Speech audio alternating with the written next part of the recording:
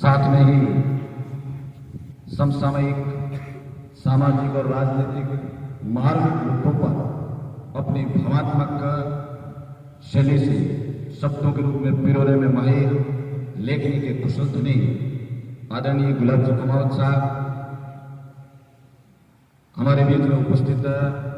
आज जो हम हैं, हमारी नींव बनाने वाले इसी हॉस्टल के वार्डन साहब श्रीमान भुलाराम जी चौधरी साहब, संचालक कर रहे हिंदी के व्याख्याता युवा साथी नरसाराम जी चौधरी, कॉलेज और विद्यालय में पढ़ाने वाले समस्त विद्वान स्टाफ साथियों, विद्यालय और कॉलेज में पढ़ने वाले मेरे प्यारे विद्यार्थी भाइयों और बहनों, मुझे एक विषय मिला है, भारतीय दर्शन, चिंतन और मनन। भारतीय दर्शन पर बात करने से पहले दो बातें मैं आपको समझाना चाहता हूं। एक W.B. नाम के विद्वान हुए, उनका एक बड़ा ही प्रसिद्ध कोटेशन मेरे को प्रभावित कर रहा है। W.B. नामक विद्वान ने कहा है कि जहां सभी की सोच एक जैसी हो जाए, इसका मतलब ये हुआ कि कोई ज्यादा सोच ही नहीं रहा। ये क्यों कह रहा हूं, ये आपको बाद में समझ में आएगा। जहां सभी की सोच एक जैसी हो जाए, इसका मतलब ये हुआ कि कोई ज्यादा सोच ही नहीं रहा। दूसरा, मुझे एक जैन धर्म का सिद्धांत प्रभावित किया। वैसे मैंने जैन धर्म के बारे में इतना नहीं पढ़ा, थोड़ा कुछ पढ़ा है, बौद्ध धर्म के बारे में भी पढ़ा है, ईसाई धर्म के बारे में पढ़ा है, पारसी धर्म के बारे में भी पढ़ा है, मुस्लिम धर्म के बारे में पढ़ा है, विश्व विजेता सिकंदर को भी पढ़ा है, सिकंदर के गुरु अरस्तु को भी पढ़ा है, अरस्तु के गुरु प्लेटो को भी पढ़ा है, प्लेटो के गुरु सुकरात को भी पढ़ा है, जैन के दार्शनिक कन्फ्यूशियस को पढ़ा है, भारत के विचारकों में ओशो के विचार भी सुने हैं, ईसा के अंदर के सतगुरु के भी कई घंटों के वीडियो देखे हैं, मुस्लिम धर्म के तेज तरार प्रवक्ता डॉक्टर जाकिर हुसैन की भी कई घंटों वीडियो देखे हैं, बौद्ध धर्म के राष्ट्रीय अध्यक्ष भदंत आनंद खेरा जो भी भारत के हैं, उनके भी कई विचार मैंने सुने हैं। स्वामी विवेकानंद जी के बारे में भी पढ़ा सुना। तमाम विद्वानों का सुनने के बाद में एक निष्कर्ष निकाला कि सभी धर्म के अपने अपने धर्म के विचारों को दूसरों पर थोपने की कोशिश करते हैं। सभी जब बोलते हैं तब अपन को सही लगता है कि बात बिल्कुल ठीक लगी, और अपन अपना जो सनातन धर्म है, इनके बारे में कई चीजें अच्छी है, उनको अपन भूलते जाए। यद्यपि मैं नाम लेना चाहूंगा, हिंदू धर्म के भी रक्षक कई बड़े अच्छे बोलते हैं। मेरे को प्रभावित किया राज्यसभा के एक सांसद है जिनका नाम है सुधांशु त्रिवेदी। वे अपने तार्किक विचारों से जो बात करते हैं, वास्तव में बहुत प्रभावशाली शैली है। W.B. विद्वान के बाद में मैं एक आपको जैन धर्म के सिद्धांत के बारे में बात करना चाहता हूं। जैन धर्म का एक सिद्धांत है अनेकांतवाद, जिसको सयादवाद भी कहते हैं। अनेकांतवाद और सयादवाद में थोड़ा सा डिफरेंस है। अनेकांतवाद किसी वस्तु के अलग धर्मा होने की स्थिति को दर्शाता है, जबकि सयादवाद उसका लिखित रूप। थोड़ा ही अंतर है, इतनी गहनता के अंदर अपन ले जाएंगे। अब मैं आपको बताना चाहता हूं कि अनेकांतवाद क्या है, उसके बाद में अपन भारतीय दर्शन, चिंतन और गुरु शिष्य प्रणाली पर बात करेंगे। अनेकांतवाद का मैं बिल्कुल आपको सरल भाषा में समझाता हूं। एक बच्चा अपनी मां के साथ एक दुकान के अंदर खड़ा है, रेडीमेड की दुकान, मम्मी के साथ गया है, दुकान के अंदर खड़ा है, मम्मी कपड़े देख रही है, बच्चा पास में खड़ा है, 6-7 साल का बच्चा है। तभी से इस गली के अंदर से आगे से एक व्यक्ति निकलता है, बच्चा देखता है कि वो ये अपने तो गुरु जी। बच्चे ने उनको नमस्कार किया कि गुरु जी नमस्ते, और अपने मम्मी को कहा कि मम्मी देखो ये मेरी गुरु जी, क्योंकि बच्चे को स्कूल के अंदर पढ़ाते। अब जैसे ही वो सुना तो दुकानदार ने देखा उस आदमी को। जब छोटे बच्चे होते हैं ना, जब अपने भी सर गुरुजन को देखते तो अपने माता पिताओं से परिचय करवाते, ये प्राइमरी के बच्चों का स्तर है। जैसे जैसे बच्चे बड़े होते हैं आप समझ जाते हैं मैं क्या कहना चाहता हूं। दुकानदार ने कहा ये आपके गुरु है, ये तो 7 दिन पहले आए थे कपड़े लेने के लिए और मेरे से झगड़ा किया, बहुत ही क्रोधी स्वभाव के आदमी, ये क्या आपको शिक्षा देंगे। पास में एक और औरत खड़ी थी और वो व्यक्ति उसी गांव का था। अब उस औरत ने कहा ये तो मेरे गांव का आदमी है और इनके आपस में भाइयों के बीच में भी लड़ाई होती है और अपनी जमीन का बंटवारा अपने भाई को नहीं देते, एक नंबर का पापी आदमी। अब सिद्धांत यह कहता है कि एक व्यक्ति एक है, बच्चे की दृष्टि में वो गुरु है, दुकानदार की दृष्टि में वो क्रोधी स्वभाव का झगड़ालू व्यक्ति है और उस औरत की स्थिति वो क्या है, पापी। तो जैन धर्म का सिद्धांत यही है कि किसी एक वस्तु के अलग अलग धर्मावलों की स्थिति हो सकती है, किसी एक बात पर ठप्पा लगाने की कोई आवश्यकता नहीं है। कोई कहता कि ये ऐसा ही होता है तो इसमें अपना ये जैन धर्म का अनेकांतवाद का सिद्धांत अपनी हेल्प करता है, जिसके साथ लिखित रूप में हो सकता है, नहीं हो सकता, शायद हो सकता है, शायद कहा नहीं जा सकता। तो कई हिस्सों पर अनेकांतवाद का सिद्धांत हमें हमारी हेल्प करता है, मदद करता है। अब बात करते हैं भारतीय दर्शन और चिंतन। ये दोनों क्यों बताए कि आपको ऑटोमेटिक समझ में आए। मैं भी बता रहा हूं, जरूरी नहीं है कि उस पर ठप्पा लगा जाए, आप सोचें, मनन करें, समझें।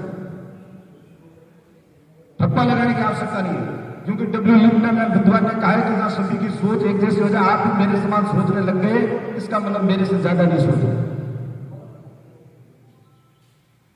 बात करते हैं भारतीय दर्शन। नरसराम जी ने विषय दिया भारतीय। सबसे पहले तो बताइए कि भारत क्या है। विष्णु पुराण के अंदर एक शानदार भारत की परिभाषा दी गई, उत्तरयंत समुद्र से हिमाद्रेव से दक्षिणम वर्षम तद भारत नाम भारतीय यंत्र संगति। उत्तरयंत समुद्र से, समुद्र के उत्तर में हिमाद्रेव दक्षिणम, हिमालय के दक्षिण में जो ये पवित्र भूभाग है ये हमारा भारत है और अपन इनकी संतान है। ये परिभाषा हमारे विष्णु पुराण में। अभी तक तो आप ये समझो भारत का भूभाग कहां स्थित है। अब बात करते हैं भारत शब्द की। आप में से कौन बता सकता है कि भारत शब्द का अर्थ क्या है? आप खड़ा करें सर, मैं बताना चाहता हूं भारत शब्द का अर्थ है। कोई बताएगा? भारत अपना देश है। हाँ भाई साहब, भारत की संतान। भारत की संतान, बात तो ठीक है। इसलिए भारत का नाम भारत पड़ा, भारत की वजह से। भारत का अर्थ क्या है? कभी सोचा? तीसरी क्लास की हिंदी की बुक्स है, कल मैंने की थी, उस पर लिखा हुआ था हिंदी प्रभा। भारत शब्द मूलतः भाषा, और किसी के भी शब्द के आगे प्र शब्द लगाता है तो उसका अर्थ और तेज हो जाता है। प्रज्वलित, प्रकाश, प्रगाढ़। और भा का मेरे हिसाब से अर्थ होता है प्रकाश, दिव्य, दर्शन, आभास। भा का मतलब किरण और प्रकाश से ज्यादातर सही है। भा का अर्थ क्या होता है? प्रकाश या किरण होता है। पीछे रथ लगा है, रथ का मतलब होता है लगा हुआ। कार्यालय में कार्यरत, प्रयासरत। और प्रकाश का मतलब ज्ञान। जो ज्ञान की खोज के अंदर लगा है, प्रयासरत है, वह है भारत। अपन को पता ही नहीं। रथ लगा पीछे, भा का मतलब प्रकाश होता है। जो दिव्य प्रकाश और ज्ञान की खोज में लगा है, वह है भारत। प्राचीन समय से हमारा देश भारत अच्छी ज्ञान की खोज के लिए जाना जाता है, आज भी जाना जाता है। परंतु हमारे भारत के ज्ञान की वैल्यू संसार को समझ में नहीं।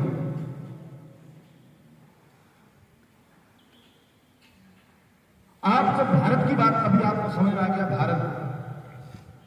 अभी एक विद्यार्थी बोल के गया है कि कृष्णाराम जी हमारे आदर्श गुरु थे।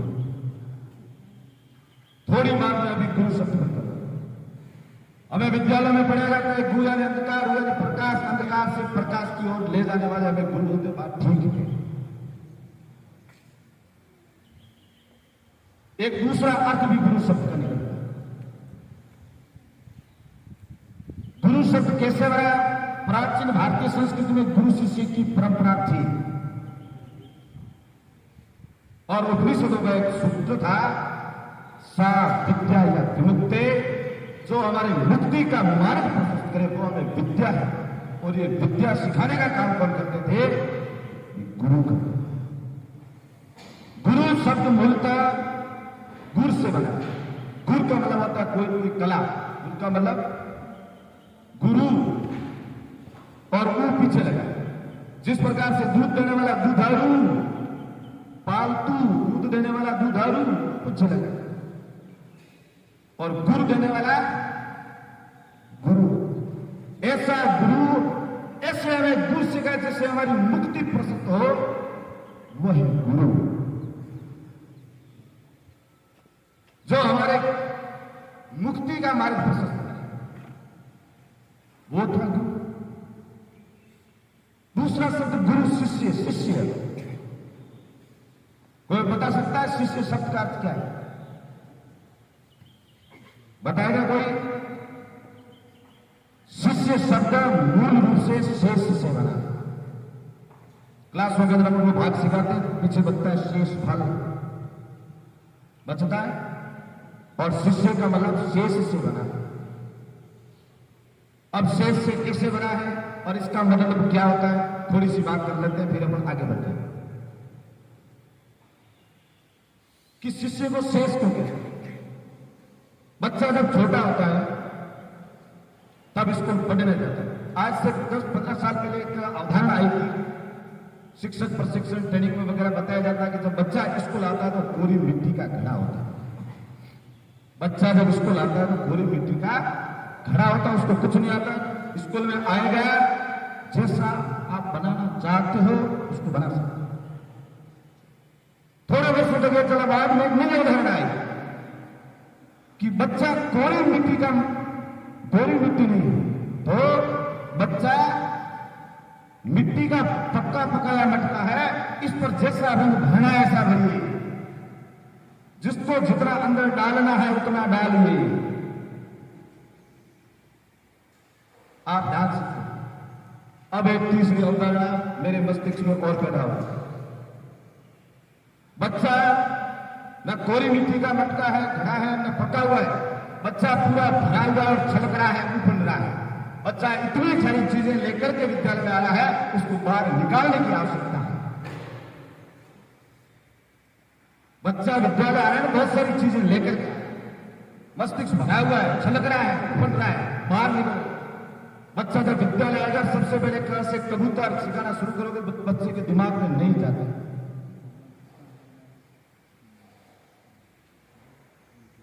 तो बच्चा क्या क्या लेकर आएगा, सुनिए।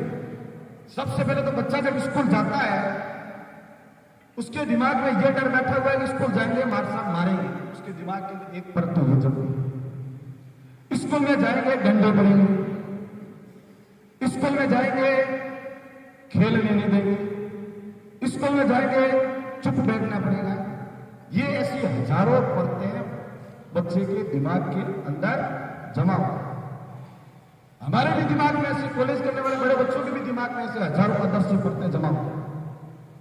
उसको बाहर निकालने का काम कौन करेगा? विद्यालय, स्कूल और गुरु। छोटे बच्चों की परतें मैंने आपको समझाई। हमारे दिमाग में भी ऐसे हजारों परतें। मेक्सिको के प्राणी संग्रहालय में एक प्रयोग किया गया। मेक्सिको के अंदर प्राणी संग्रहालय में एक प्रयोग किया, कुछ हिरणों को पकड़ कर लाया। ये विद्यालय का जितना परिसर है उसके खोलने के अंदर छोड़ दिया। अंदर घास थी, चारे पानी की व्यवस्था थी, हिरण पूरे के पूरे ग्राउंड के अंदर राउंड मारते। 2 महीने तक हिरणों ने पूरे ग्राउंड के अंदर घास को और पानी पी करके बैठे। 2 महीने बाद मनोवैज्ञानिकों ने क्या किया, बीच में एक नेट लगे, आदर्श नेट लगे, दिखाई नहीं देती, और हिरणों को एक साइड में लगे। अब हिरणों ने इधर घास खाते थे और बीच में आते थे भाई अदर से नेट ऐसा प्रतीत होता था जा नहीं सकते। 1 महीना तक कोशिश की, 2 महीना तक इन्होंने कोशिश की। अब उसके दिमाग में ये बात रूट होगी कि अपन मर जाएंगे, इस आधे भाग से इधर नहीं जा सकते।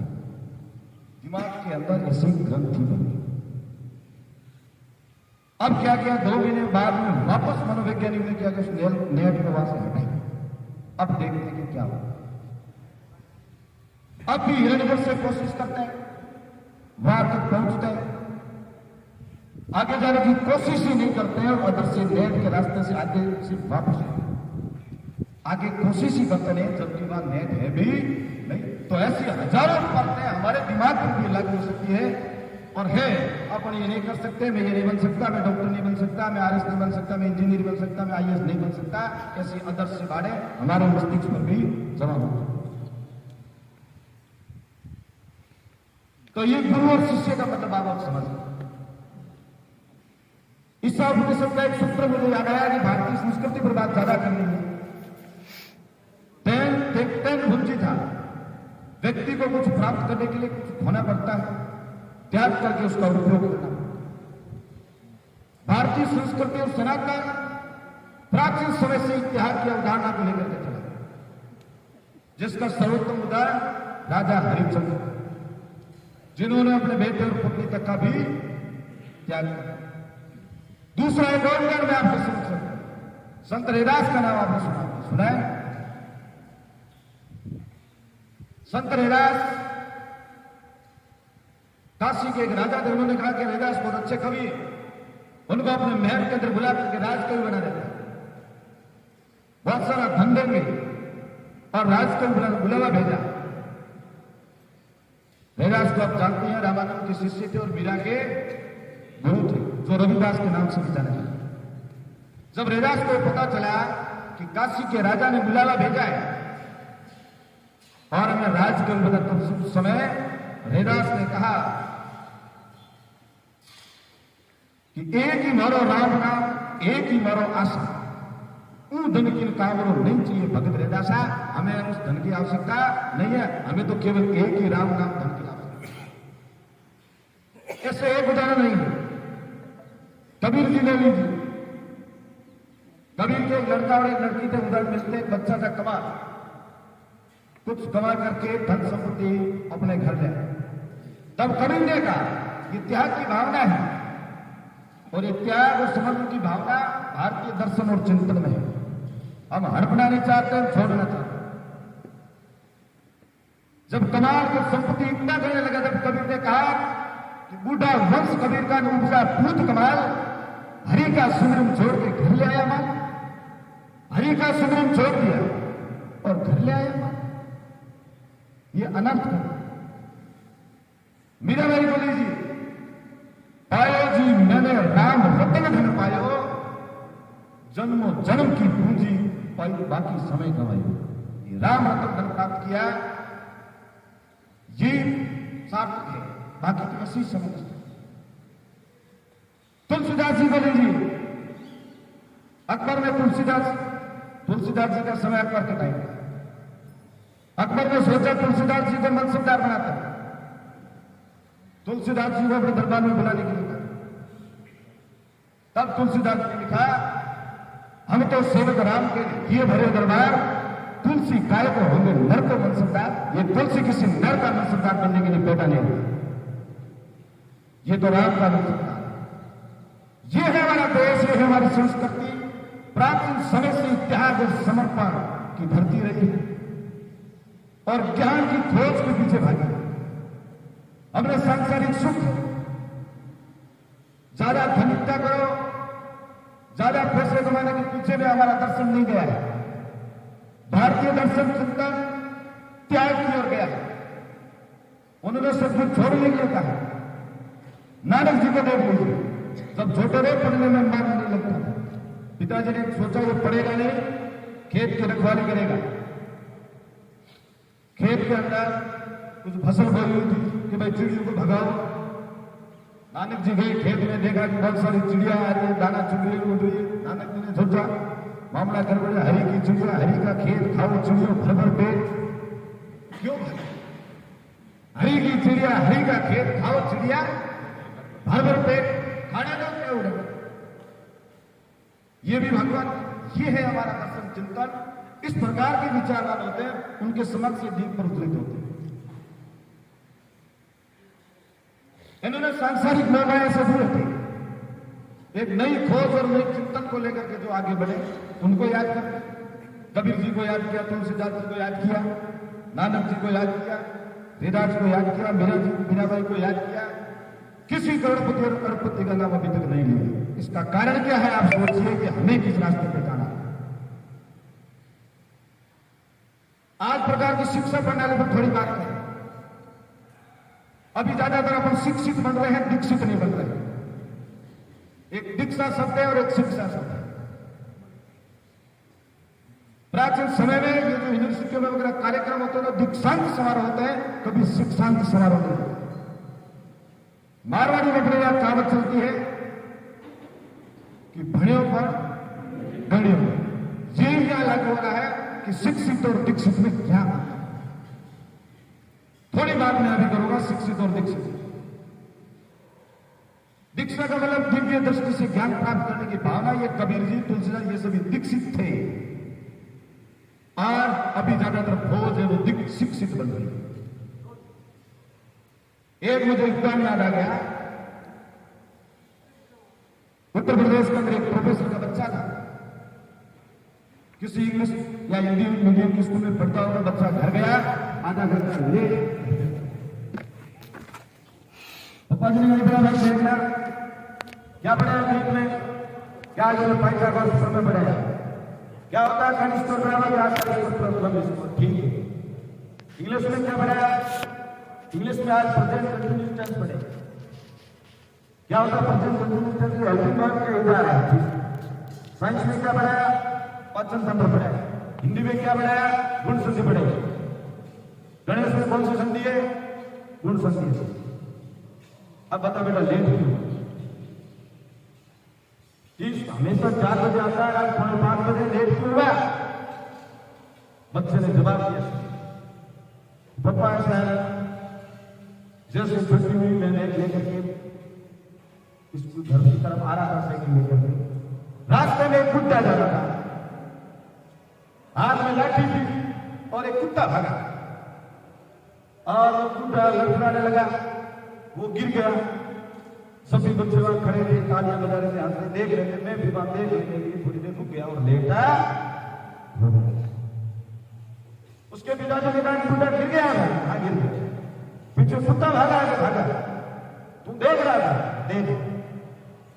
तब उसके पिताजी ने कहा कि खाक तेरे को पाइथागोरस सूत्र में पढ़ाया, खाक तेरे हिंदू की गुण संधि पढ़ाई, खाक पाचन तंत्र पढ़ाया, तेरे को विद्यालय में ये पढ़ाया नहीं गया कि मैं कुत्ता होता है उसकी मदद करनी चाहिए, उसकी सहायता करनी चाहिए। कुत्ता पीछे भागा तो तमाशा देख रहा। तो आप केवल स्कूल के अंदर पाइथागोरस सूत्र में गुण संधि पढ़ने के लिए करते हैं बेटा, आपने उसकी मदद नहीं की। हमने मदद आजकल की शिक्षा प्रणाली के अंदर बच्चों का IQ लेवल, इंटेलिजेंस बढ़ रहा है, पर इमोशनल भावनात्मक लगती है वो बच्चों